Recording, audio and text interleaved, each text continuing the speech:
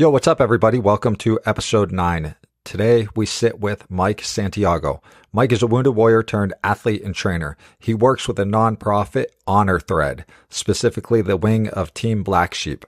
Mike is a tough dude that shares a bunch with us about how he went from a wounded warrior in a very dark depression to where he is now in a much better place. So tune in, dudes, because this is another great episode. 5.5 years ago, I was shot multiple times, and I was diagnosed with a spinal cord injury. Well, at that moment, I didn't know how drastic my life was about to change.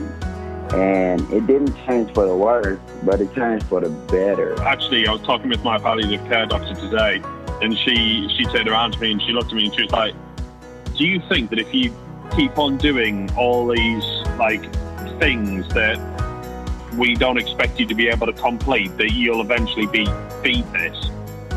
And I was blown away by a doctor asking me that question. And I was sort of like, actually, yeah, that's probably what I'm trying to do. Well, I know what my body's going to do to me. I've got a wheelchair in my future, but you know what I've been looking for?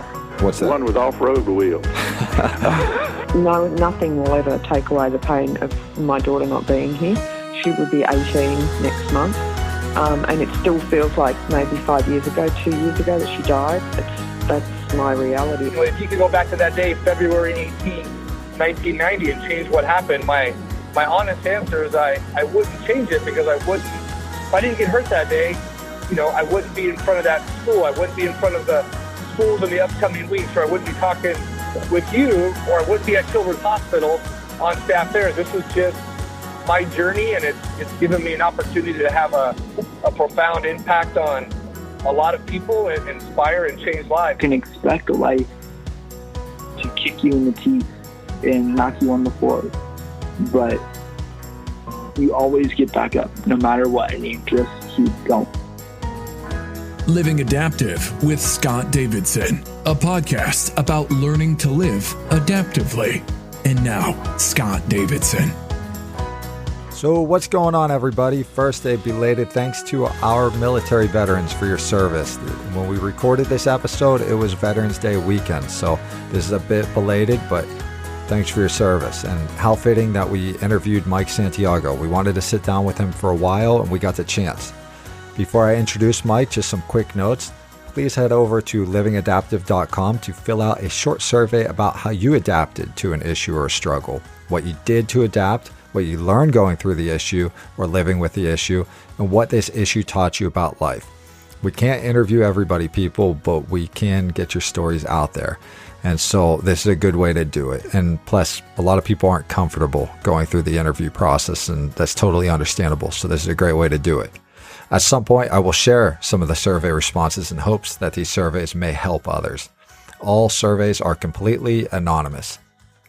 Also, head over to iTunes if you get a chance to review the podcast. So that helps. Anytime you can get over there, give us a review. That gets us noticed, in turn gets our guests noticed. All right, so let me introduce Mike Santiago. Mike joins us from his home in Georgia. He is an Army vet, a father, and a husband. He's a really tough dude. He was wounded during active duty in 2002, and now Mike lives with a spinal cord injury. Mike lost the use of his left arm and leg. He went through a pretty significant period of darkness, and he explains this in his interview. He found his way out and shares what he did to pull himself out and become a much better person and in a much better place, as he kind of describes it. And now Mike is currently involved with a bunch of stuff. He's involved with the Wounded Warrior Games. He's with Team Black Sheep, specifically Honor Thread. He's involved in CrossFit competitions as a competitor and a trainer, amongst so much more. Mike has adapted to life with not only a spinal cord injury, but also he adapted to life with post-traumatic stress disorder, PTSD. Mike goes into a bit about his PTSD, and it seems to be very much combat related. He kind of describes what it's like to have PTSD. Also, I want to kind of rewind a little bit and describe what Team Black Sheep is. Mike is so heavily involved with Team Black Sheep. Team Black Sheep focuses on promoting awareness of nonprofit organizations and resources for military men and women. and they bring about fitness opportunities and mental health support for the veterans pretty much. And Mike and I talk about Team Black Sheep and the parent company Honor Thread. Honor Thread has a bunch of great gear out there, some really great t-shirts and stuff like that. Check them out. All proceeds go to a great cause. I just wanted to mention that because Mike is so heavily involved and the cause is great. So instead of me drumming on anymore, let's just get to it. Here's Mike Santiago. Yo, what's up, everybody? I am sitting here with Mike Santiago, and we're going to talk today. We're going to sit and have a conversation. I'm pretty pumped to have Mike today because it's Veterans Day weekend, and I want to start by saying to Mike, thank you for your service. Thanks for joining us today. Really appreciate it. Thank you very much, and thank you for having me here. Awesome. So basically, I wanted to know first, you're calling us from Georgia, right? Yes, sir. All right. So did you do anything fun for Veterans Day? Did you get out there and get involved in some stuff? I know there's a lot of activities down that way for Veterans Day. Yeah, no, the only thing we did went to Applebee's to get some to eat, and it was free. We didn't know. Yeah. So we got excited. All right, so I'm not necessarily an Army brat because we didn't move around or anything, but my parents were both Air Force, and they did the same thing. They're like, we went and got free food at restaurants. I'm like, as you should, Mom and Dad, go scarf down whatever it is. And so they're Air Force though, and you're Army, right? You're Army, I think. Yeah, Army all the way. Yes, nice. Yeah, so yeah, my parents being both Air Force, ironically they root for like Navy and sports. It's kind of odd, but we're an odd family, so whatever. But hey, I wanted to first, what it is. Yeah, for sure. I wanted to there's so much about you that I think a lot of the listeners will love to hear. But first, I'd like to start like in your early life. I want to rewind a little bit before we get into a lot of the stuff you're doing, a lot of the adaptive athletic stuff, a lot of the stuff you're doing, clothing line and Honor Thread specifically. But I want to first start so listeners can really get to know who you are. Prior to your traumatic injury and so forth, can you tell us a little bit about your life leading up to that, where you lived and what you were doing? I came into the Army back in 1998. Mm-hmm. I was 18 years old and we had a baby. There wasn't much opportunity back in Puerto Rico where I came from. So I joined the Army and we came to the States, brought my whole family with me. We were living a happy life. It was just my wife and my son. And I was pretty much a normal guy. Mm-hmm. At that time, normal soldier. And it was just a boring life of a 21-year-old guy. So you grew up in Puerto Rico all your years growing up before military? Yeah, I was born in New York and we moved to Puerto Rico when I was 5 years old. Okay. So I lived there all the way until I came back to the States when I turned 18. And so you enlisted right at 18 and you enlisted into the Army, right? Right at 18, yes, sir. And that's what you wanted to do. You wanted to, serve, get out there, just be a part of it. That was my whole plan for life, to serve 30 years and then retire. Gotcha. But we make plans and God changed them. Yeah. Speaking of plans and everything changed. If people know you on Instagram and social media, your account, let me flip some notes over, is Mike_adaptive_CrossFit. There they can find you and they can see your pictures. They can see what you're up to and they can see that you're an adaptive athlete. You actually show workouts and so forth of how you adapt to what's going on. And, they can learn a lot about you. Could we get into your story? Okay, go ahead. Oh, no, go ahead. Okay, I was just going to say, could we get into your story just to give them some background? You were in the military at the time. I don't know if did you deploy at some point prior to your traumatic injury, or were you? Yes, I did, but I will just tell you some of it. Okay. I got shot on active duty back in 2002. Okay, and that's what led up to the injury. You were shot, and was it a spinal cord injury? Yes, I got shot on the left arm, and it came all the way, and it bruised my spinal cord injury, and still sits on my right side. I don't have use of the left arm, and not much use of the left leg. Yeah, and also got some internal issues in my organs because of the spinal cord injury. Okay. Okay. Yeah, I didn't know the issues with the internal organs, but I knew about the spinal cord injury. Some of it, I've read a little bit about it. It's got to be definitely a tough topic to broach, to even speak about. So we appreciate you even sharing that. Seriously. Thank you. Yeah, that's a tough one. And so prior to that, you did have a deployment and so forth. And where'd you deploy to prior? Africa. Okay, you were in Africa and so forth. Okay, cool. Yeah, I didn't know the whole details. And then prior to that, and so do you recall much after when you were first injured, when you were first shot, and how much function you had and so forth? Well, I recall pretty much everything on the day off. Mm-hmm. I got shot at 6:05 in the morning. Then I went to surgeries and stuff like that until almost midnight. I was on a coma for 7 days. And then I woke up from the coma. And those are the news that you don't want to never hear, that you have a spinal cord injury now. And when you try to move your side, it doesn't move. So as a young kid, it's really tough to be a soldier, and then waking up to that is a big change, big change. Yeah, it's a huge change, and so that's what I was wondering. Like, how quickly did you learn that functionality is not going to be what it was previously? And it sounds like as soon as you came out, you were made aware that that was going to be the case. Oftentimes, that's not the case. They're still testing to see where you're at and to give you a baseline. But that's pretty wild. That's a pretty wild story. Yeah, it was rough. And did you have any family around? Did you have family around when this all happened? All I had was my wife and my son. Mm-hmm. Then my in-laws flew in, my mom and my brother flew in, but then they were only here for a week. They had to work and stuff like that. So it's been pretty much just my wife and my son dealing with this whole situation the whole time. We had to send my son, he was 3 years old, back to Puerto Rico with one of his grandmas, because my wife was 24/7 with me and she couldn't take care of him. So he stood there for about 3 months and some change. I was at the VA hospital getting a rehab. So I needed a lot of support mentally. So my wife was there 24/7 with me. And he was back in Puerto Rico. Gotcha. And how'd the VA hospital treat you? Did you find service to be good? Or I have no complaints at all. Some people have complaints about Army medical medicine and the VA medical medicine, mm-hmm. and I have zero complaints at all.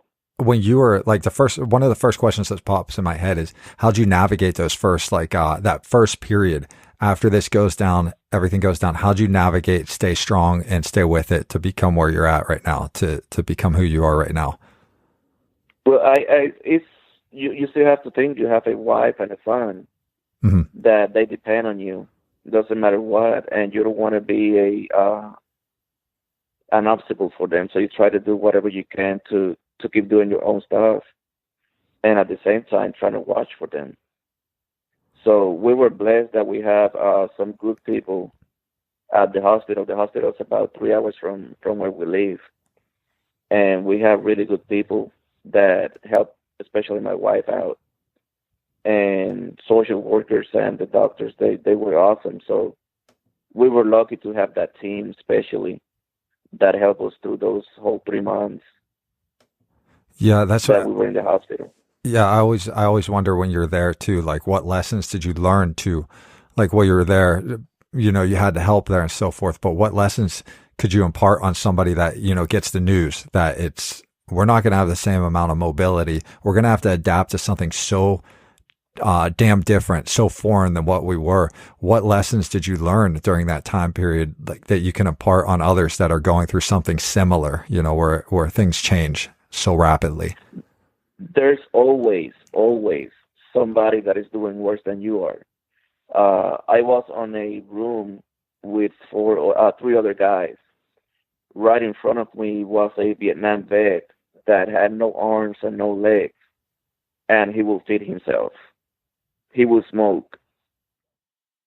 he will do everything for himself. And he had no arms and no legs. So when you see somebody that bad or a lot older than you are, got no limbs at all and still functioning by himself, you know, it gives you the courage to keep going. And there's no excuse why you can't do that if he's doing it. I do. I get that for sure. There's not many veterans that are back that are alive that are missing all limbs. I think of Taylor Morris and a few others. I think there's under 10 from from this current war, and so it's pretty rare. But you do see a lot of them get along. I think Taylor Morris even had an awesome speech on TED Talks about adapting. I thought it was pretty damn good. I should link that at some point. Maybe I'll link that in the show notes or on the website for others to see. Well, if you figure, we call all this now adapting, but everybody has to adapt at some point in their life. Hell yeah. Yep. Doesn't matter if it's in sports, if it's in whatever they do in at work or something like that. They have to make changes that most other people can live without. I think of that when you say that. That's one of the taglines for this podcast, for everything, is that we all adapt. Some just do it more than others. Some of us do it a little bit more than others right now, and eventually others are going to have to do it almost just as much as they age. It's just what happens. That's the human condition. Yeah, it's gonna come to us all. Doesn't matter when. It's just gonna come. Yeah, I don't know. I don't know anybody that's going to beat the wall, you know. Everybody's going to break down. Yeah, nobody's going to get it through. But I don't think nobody's safe from that. No, man. No, for sure. I do think, like, when I think of that, I think, you know, all of us are going to be there. You know, we're all going to be there at some point. We just understand it better right now. We do. We really understand it better. So I don't know. I don't want to get a little bit of lead on that. Yeah, for sure. I don't want to go on a big rant about that, but yeah, totally.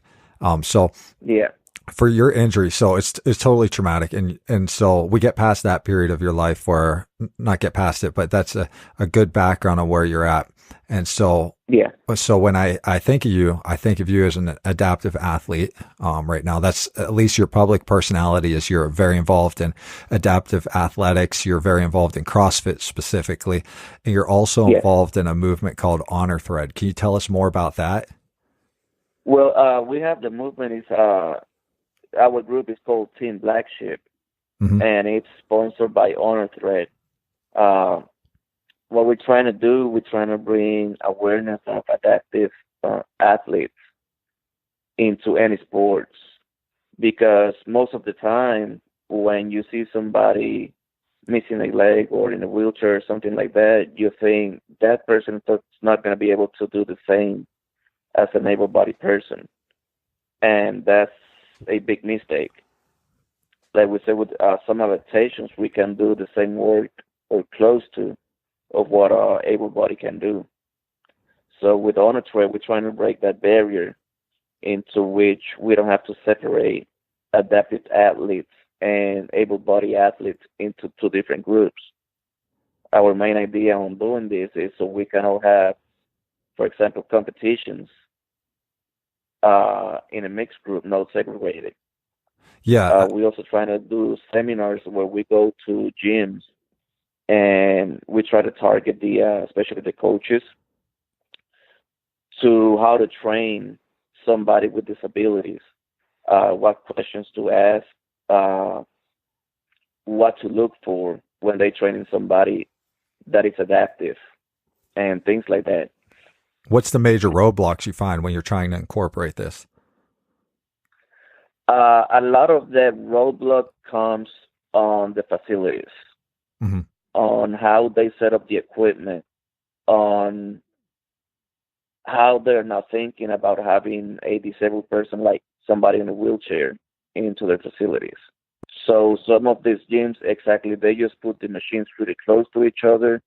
They don't have enough space where you could just get out of your wheelchair and get into the equipment and don't bother anybody.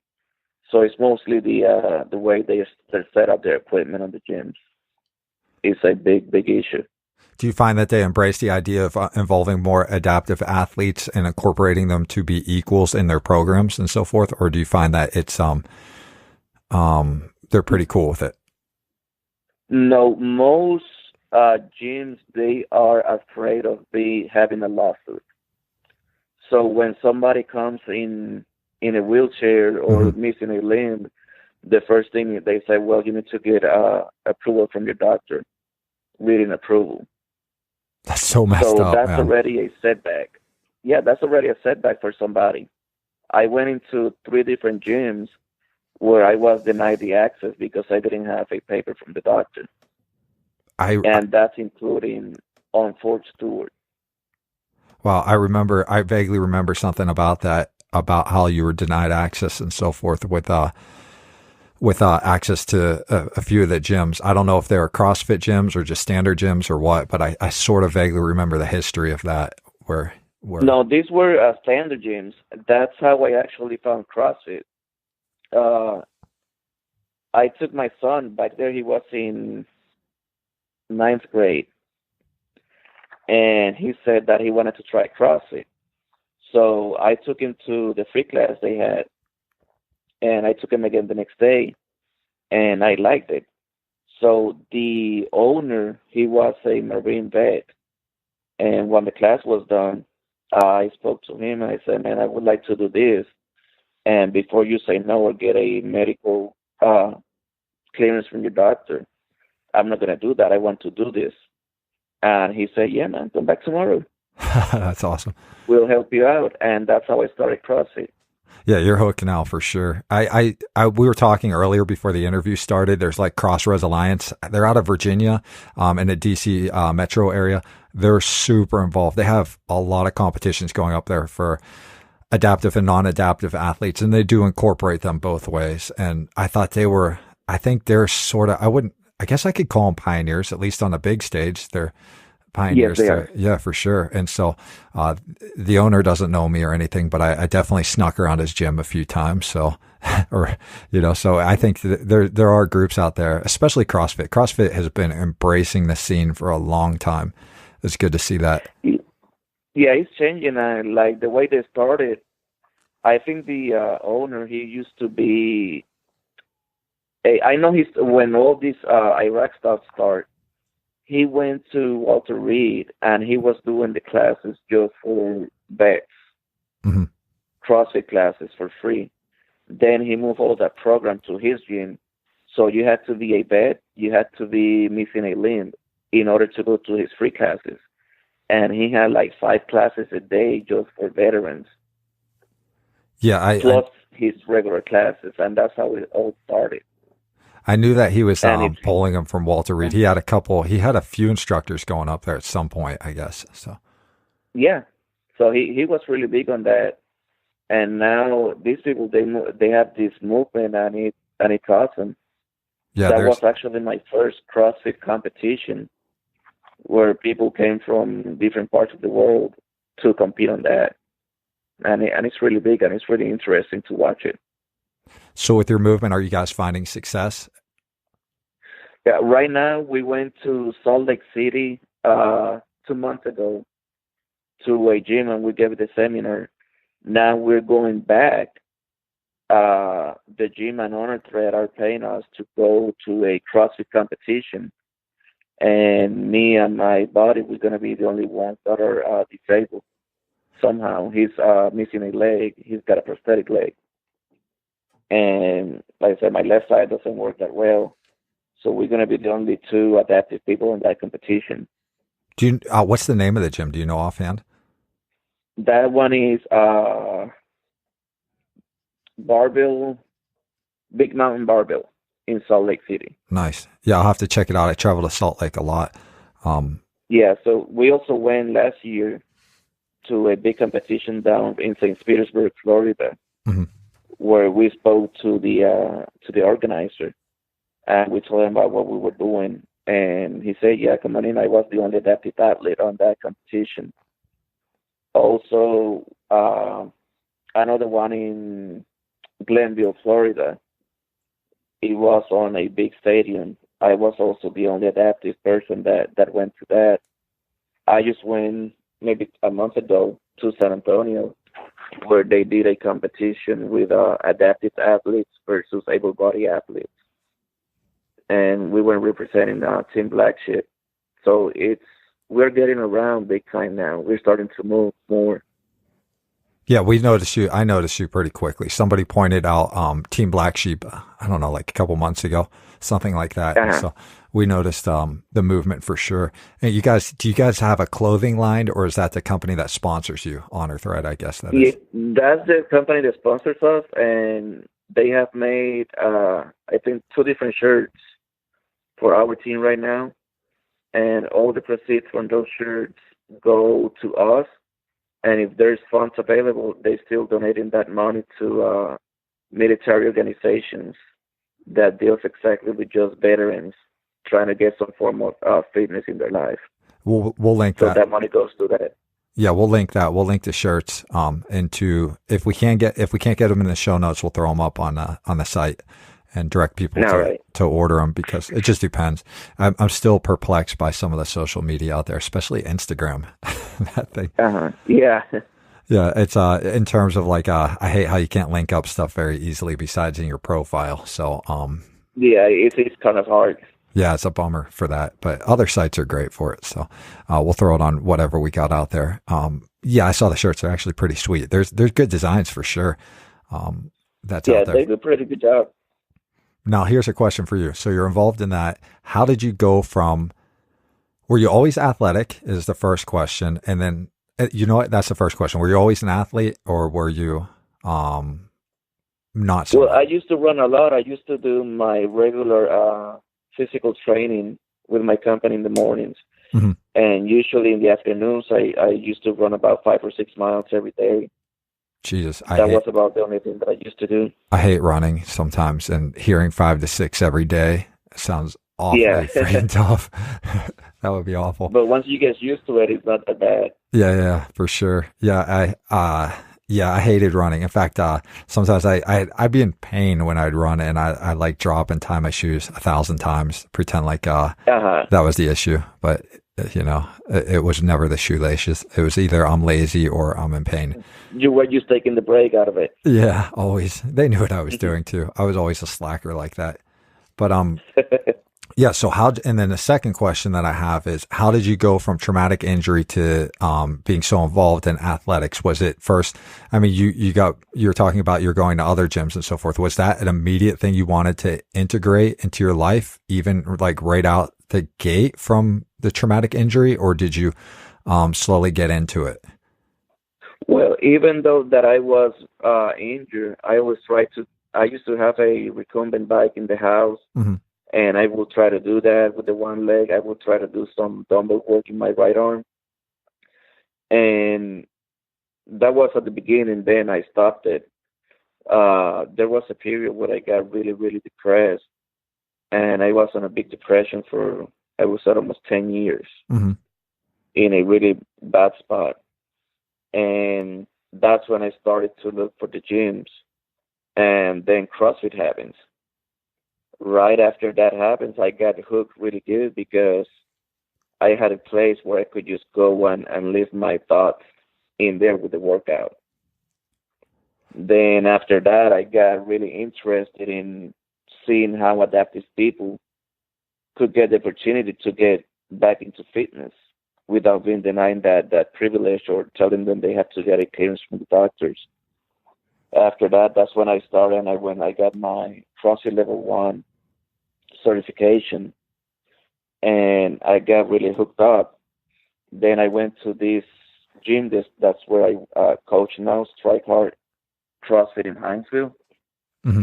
I spoke to the owner. She was a Canadian Army veteran, and her husband was still active duty. And when I talked to her, and I told her what I needed, and she said, "Yeah, come on in." So I started coaching there. Now I have a level 2 trainer from CrossFit and the one from Crossroads. And that's what I love. That's how I got hooked. So now it wasn't even just for myself. So it's fair to being able to help people. Is it fair to say that you went to what pulled you out of the depression is the involvement of the CrossFit community, and then the actual just releasing it all. So that's when it really started to change from that 10 years of depression. From that moment. Yeah. Yeah. That depression, by the way, is super normal. I hope people tell you that. I hope people were telling you that what you went through is, depression. That's a pretty normal reaction.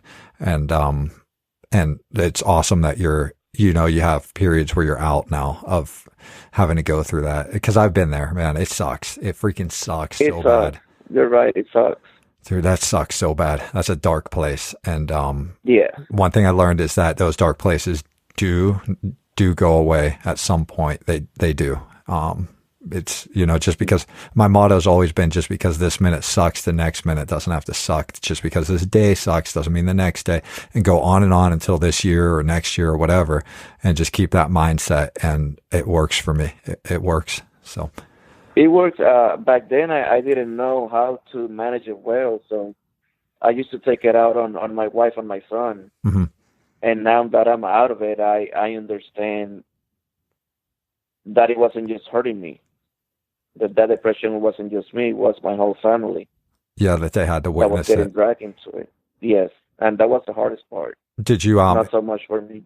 Well, did you incorporate any mind stuff, any mind training, or like a lot of people do a lot of mindfulness and so forth? Did you incorporate anything like that to go through those situations? No. You fought it alone. Nothing like that. Yeah. Yeah. Yeah. No, I mean, it's not necessary. I think it helps though. Sometimes, I don't know, that type of stuff. But yeah, for me, that helped a lot, but physical fitness was a huge one. Like hitting the gym and so forth has always been a big one for me. I attribute that to getting me out of those states, anxiety and depression, as long as I could stay focused there. Ironically, I've been lazy the last 2 months though. So you got to get back to it. I got to get back in, man. I got to grind it out. Yep. So you're training and coaching.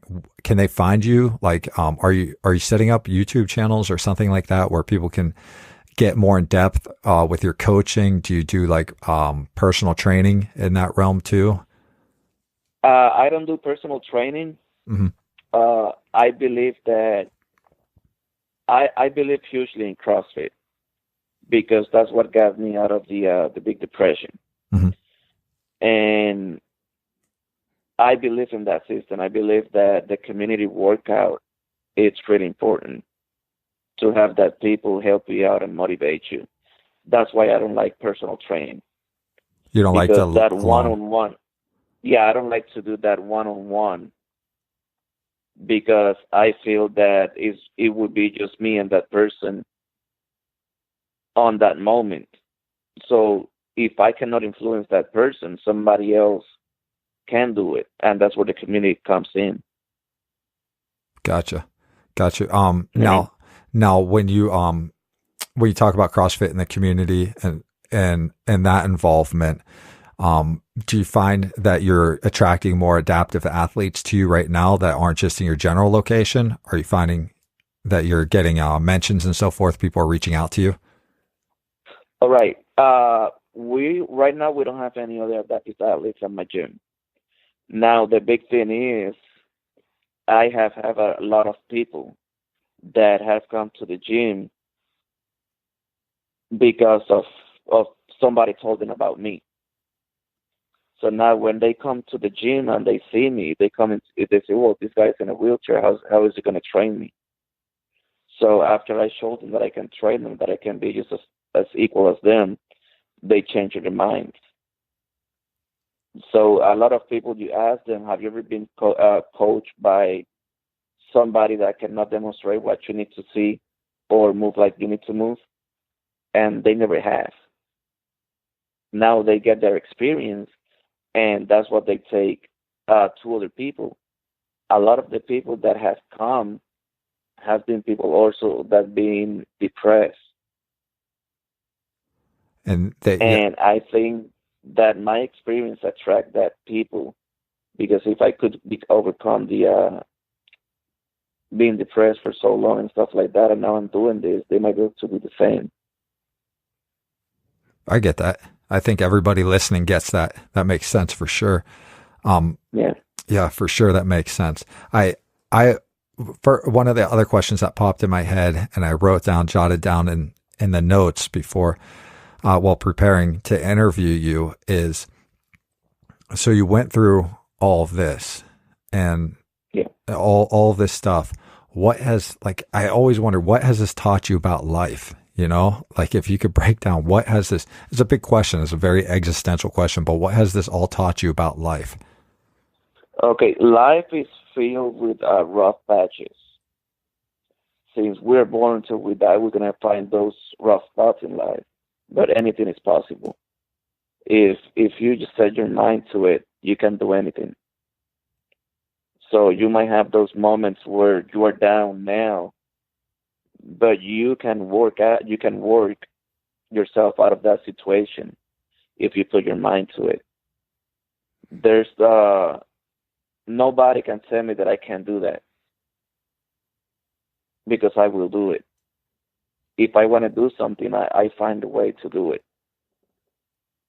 And some people, when they get to a situation where they become disabled, they let other people tell them what they can't do. And I think that's the wrong type of approach that we need to take in order to get better. Because when you go to the doctor and they say, well, you can't do this, you can do that, you can do this, and you can do that. If it's not hurting you, why you shouldn't try it? So I think that keep moving in life no matter what. Did you have that? Did you have that? Did you have doctors kind of tell you, try to limit what you can do? Yes. Yes. I found that too. I think a lot of people find that that they tend to put a lot of limitations that don't necessarily need to be there, and so it can. I think that these doctors, they just go by what they have on the books when they went to school, but then when you apply that to real life, you know, a lot of people tell me, well, you shouldn't be working out, especially like doing front squat, because you put so much torque on your body that you are shifting all of it, and you're getting out of alignment. That might be the truth, but for myself, I'm getting stronger. You're feeling better. Yeah. I'm feeling better, exactly. So it's worth it for me. Yeah, that's a complicated one when you know, doctor's advice, whether going with it or not. And I don't know. I mean, not very common injury, and doctors aren't, you know, there's not too many in certain geographies that are specialized in that type of stuff. And so their input could definitely be more detrimental at times if they haven't been around a lot. So yeah, you have to be careful with what you choose not to do. It's crazy. It is nuts for sure. Yeah. I hate that. I hate when they give you bad news. If you see on my website, I always got bad news since like day one. I'm like, basically my mindset was always like, screw you. I'm going to do it. I don't really. Yeah, I was looking through your stuff, and you get pretty interesting stuff in there. Yeah, there's no need to, if you think you can do it, just do it. Don't listen to them. I mean, it sounds horrible, but, hey, don't listen to your doctors ever. No, don't listen to them. If your gut tells you to get out there and do something, just do it. I mean, for me, I remember, you know, a lot of bad news, but as a kid, I was fast as shit. I was like the fastest kid in my grade at points without recruitment of knee down muscle. And it was definitely in spite of what they told me, and it was okay, and I'm okay. And so, yeah, I definitely don't want to listen to the limitations. I'm glad you didn't, for sure. Yeah, and by doing that, you also feel better mentally, because if they tell you can do something and you prove them wrong, then you feel good about it. Yeah, for sure. I don't know. We wouldn't even be talking right now if you listened to that negativity. So, yeah. Yeah. You got to keep a positive mindset, because we really don't know what the future holds with all of that. Speaking of which, how do you deal with with the future? Like, do you have worries about the future, where you're going to be physically, mentally, anything like that? I know that at some point my condition is gonna get worse, but I don't worry too much about that, because it took 1 second out of my life to become what I am now. So we can make plans for a long time, and then 1 second can change everything. So I just try to go day by day, do what I can do today, and maybe plan for the next day, but that's it. I just go to the next day, no more than that. Yeah, for sure. Now, when you're dealing with all of this, I ask this to almost every single guest on the Living Adaptive podcast on here, on what do you have a book or a person you turned to during this period of time that might have influenced you to get going, to be where you are now, to be in a positive direction? My wife. Nice. Definitely my wife. She gives me all the inspiration that I need. She's always there for me. She's always there for advice. She tells me when I'm wrong and when I'm right. She grounds me pretty good. So she's the one that I look up to every day. Cool. Every single day. What does the future hold for you? Where are you going to be in terms of fitness, in terms of coaching and profession? Are you going to continue on the path you are? Do you have a bigger plan in your head? Well, coaching makes me really happy because, like I said before, it changes people. I'm going to keep up climbing the CrossFit ladder and keep getting everything they have, not just for the pride of saying that I have that. It's because if I can become a better coach, my athletes can become better too. So I love what I do. The more I know, the better I can be, and that's my goal into the CrossFit stuff. I kind of wanted to dive into this too, is that obviously from the perspective of you went through a pretty traumatic experience, and the question that always pops in my head after going through a traumatic experience is, how do you process that trauma? Like, how do you process that actual event? Did you process it? And if so, how did you process it? It's really hard. That comes where I said, not making plans for the future, because once you get that, most of my thinking was, now I will not be able to be a soldier anymore. How am I going to be a good father to my son? How am I going to be a good husband to my wife? So all those negative thoughts come into place right away, and you have to try to figure out right then what you want to do. I could have the option of just being somebody laying on the bed and let the wife take care of myself, or I could just think about them and get up and be better for them. And that's what I chose to. I wondered about that. Like, when soldiers tend to be very strong folks, strong-minded, strong physically too. And it's got to be tough to go from being a soldier to like having to modify the way you worked out as a soldier. And there's always an identity, it seems, for folks from the military. There's an identity in there, and you don't lose that identity, but people tend to think they do after an injury. It seems to be a common trait. Yeah, for me, I never lost that identity, never. Mm-hmm. And I don't think I will never do. You know, my service was cut short, not because of my choice. No, definitely not. If not right now, I would have 19 years in the service. So my goal was to do the 30. So I still have that closeness to the military, even though that I'm retired from it, you know. Do you work with Wounded Warriors? I'm on the Wounded Warrior Project. Mm-hmm. I'm one of the alumni, and we get to go out a lot with other disabled soldiers. And that's also a pretty cool experience, because on those groups, you don't have to ask someone, what are you feeling, in order to know what they're feeling. I don't know if you understand that. I do understand that. I really do. Maybe not necessarily on the military side of things, but other sides of life. I do get that. Do you find that you, with you also competed, I think, in the Wounded Warrior Games, right? Is that right? Yes, those are the ones from Crossroads.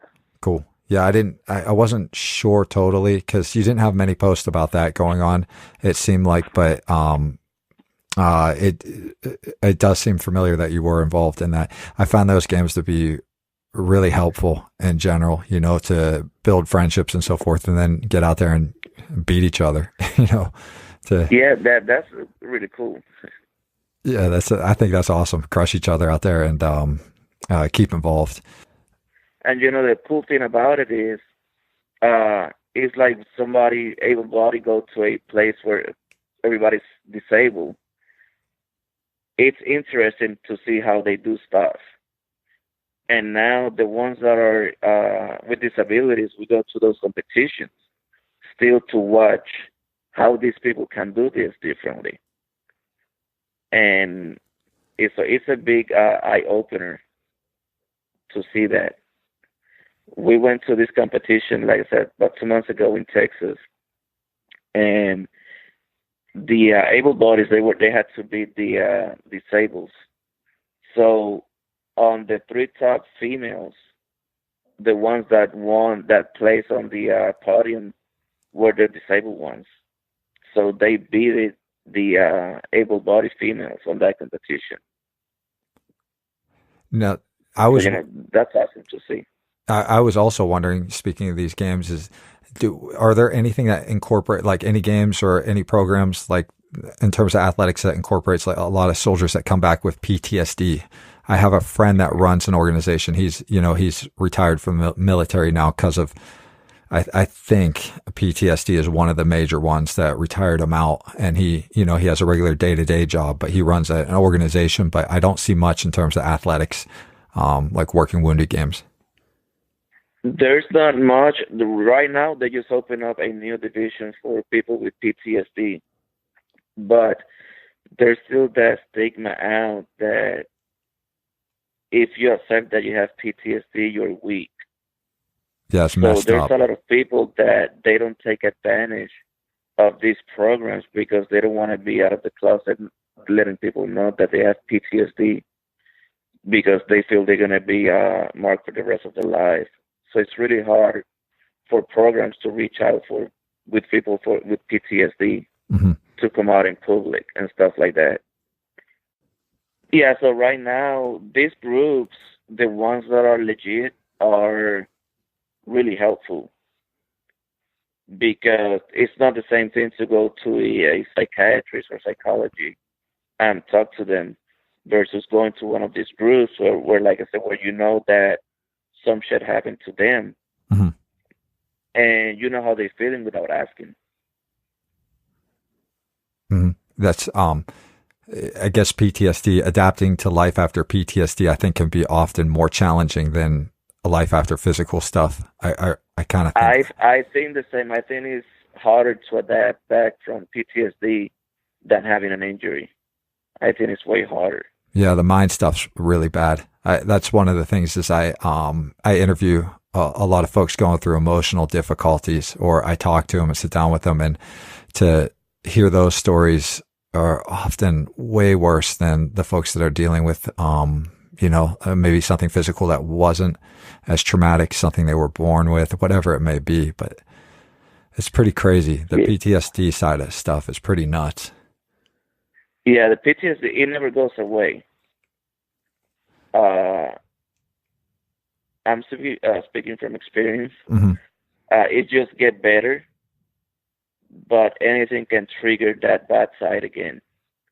Do you feel like there's like a remission state? Like you can put it in remission for a long time, or? You can put it in remission for a long time, and then you can snap really quick out of it. I always wonder, what does it feel like when you're like in a PTSD state? Is it like just like panic attacks, or is it? All right, like every place that I will go, I have to sit on. If we go to a restaurant or an enclosed place, I have to sit where I can see the doors. I have to be looking at the doors. I don't like to be touched without knowing that somebody's going to touch me or like approach me from the back. You're always aware, trying to be aware that from somewhere you can be shot or whatever, even if you're in a safe place. So it's survival mode, pretty much. So it's always like you're in a fight state when you're really, I don't know if the right word's triggered, but like triggered towards PTSD, or that's acting up your PTSD, but it feels like you're always in a fight state, like something bad can happen. Something is going to happen. Something is going to happen, and you have to be prepared for it. That's a tough one. That's for sure. Damn, that's really tough. I don't even know how. I don't even know how. It'd be interesting to hear perspectives on how to adapt to life with that. With PTSD. That's a big wide issue. The reason is what happened to me and what happened to somebody else might be completely different. So we're not going to have the same, what would you say, same warning signs that we can have an approach to make it a safer place for somebody with PTSD. Do you find, like, kind of in the line of PTSD, but also after injury, do you find that people are treating you different, maybe more afraid, or not necessarily afraid, but, just treating you different than previously prior to? At the beginning, yes, it was. Now, with the years passing by, a lot of people forget about you having PTSD. So sometimes they don't get why you're acting up like that. They say, well, your stuff happened this many years ago, so why you keep doing that? You should be passed over that. And it's not that easy. So they think that we should be over it. And it's not the case. Once you get somebody to know you, like my wife and my son, they know what triggers me. And they already know when we go places where I have to sit. So we have a routine already where this has to be done for this reason. We have to close the blinds in here once it gets dark. It might sound stupid for somebody, but for me, there could be a sniper out there aiming to your window. If you block the curtains, they can see you. So, for somebody that it's on the outside, they might think I'm crazy. My wife, she understands why I say that, why I do that. I hope they don't perceive you as that, because you've been through enough, I hope they don't perceive you as that. That's not the right approach for sure. Well, the bad thing, and it's sad to say, around military bases, that's something that is harder to deal with, because you're already marked by that. You're different to everybody already. So people judge you more around military bases than when you go out. Because the way we act and the way we do things, people can target it. Well, he's a soldier, or he was a soldier. Once you go to a place where they have no military affiliations at all, they don't see any signs at all on that. Yeah, it's probably to relate to the civilian world, it's got to be pretty nuts. On a more upbeat, and definitely thank you for sharing everything, your story in terms of the PTSD and so forth, but on a more upbeat scale, so you're going to continue onwards. You're going to continue being involved in the CrossFit community, the adaptive athlete community. I hope to hear you're involved very much in the military side of things, helping vets coming home, because I think you have a ton of knowledge to impart. Yeah, that's a big one. A lot of the athletes we have on our gym, they have something to do with the military.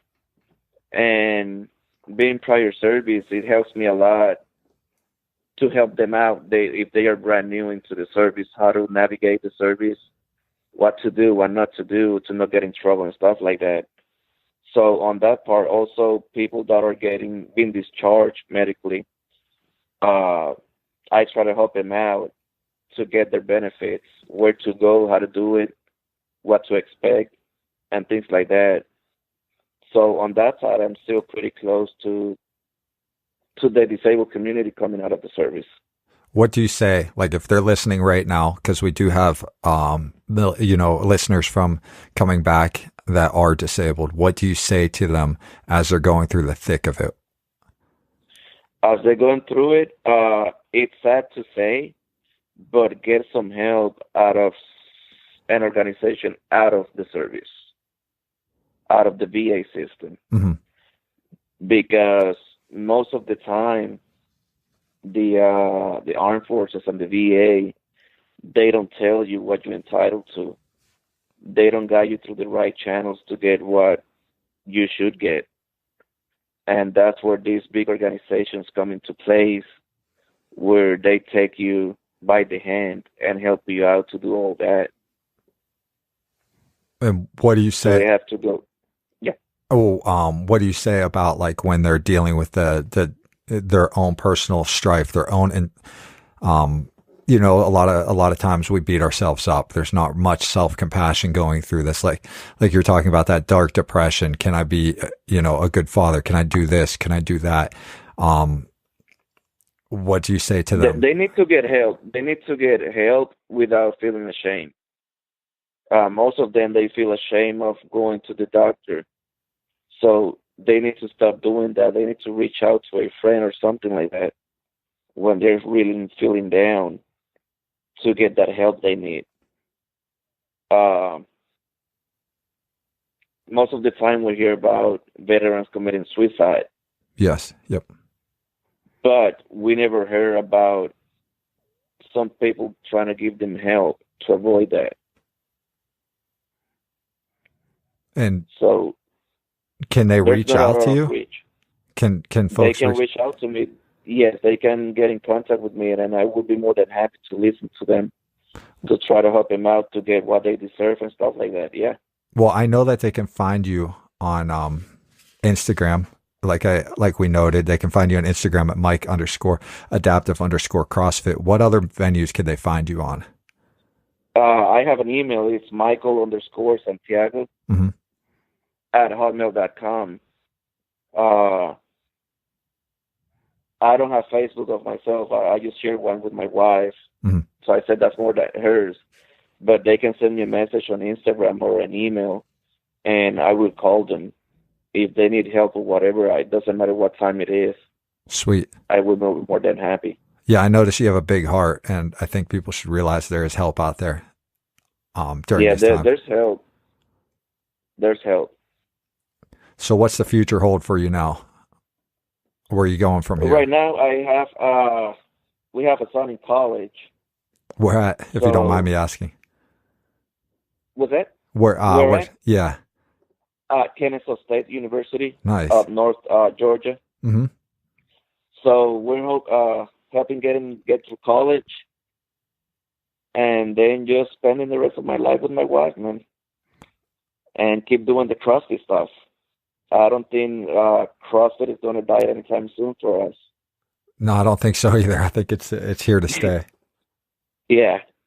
So that's my main goal, staying in the CrossFit world and keep competing and try and bring awareness to everywhere we go because we need it. That's awesome. It is. It's awesome. Your story is awesome. I really appreciate you coming on and sharing with us your story. And I hope people reach out to you. I also hope that they start to follow you. You're a pretty inspiring guy in a lot of ways, in tons of ways, not just, every way. When we see you on social media, and I'm so glad that we could even sit down with you. I hope that others reach out and see, Honor Thread sponsoring you guys, Team Black Sheep. And so I hope, folks reach out, check that out too, and purchase your shirts because they do go to a great cause. So I hope everybody stays aware of what you're doing. I really appreciate you coming on. I want to say thank you for having this opportunity for some of us to be able to tell our story. And, not too many people do this. Like I said, especially with the adaptive community. There's not too many people that are interested in doing stuff with us, and you're doing this, and I really appreciate it. Yeah, let's keep it going. Let's keep building the community. Let's keep the energy up. So we're all here. We're all in this together. So let's keep going. Yes, always moving forward. Thanks, man. Big thanks to Mike Santiago for coming on. You can find Mike on Instagram at Mike_adaptive_CrossFit. You can find Honor Thread clothing on their website at honorthread.com or on Facebook at Honor Thread. And you can find Team Black Sheep also at honorthread.com or on Instagram at BLK Adaptive. Again, BLK Adaptive. You can find us, Living Adaptive, on Instagram, living_adaptive, or Facebook, Living Adaptive, or you can find us on the website at livingadaptive.com. All right, everybody, that's our episode. Thanks for tuning in. Take care.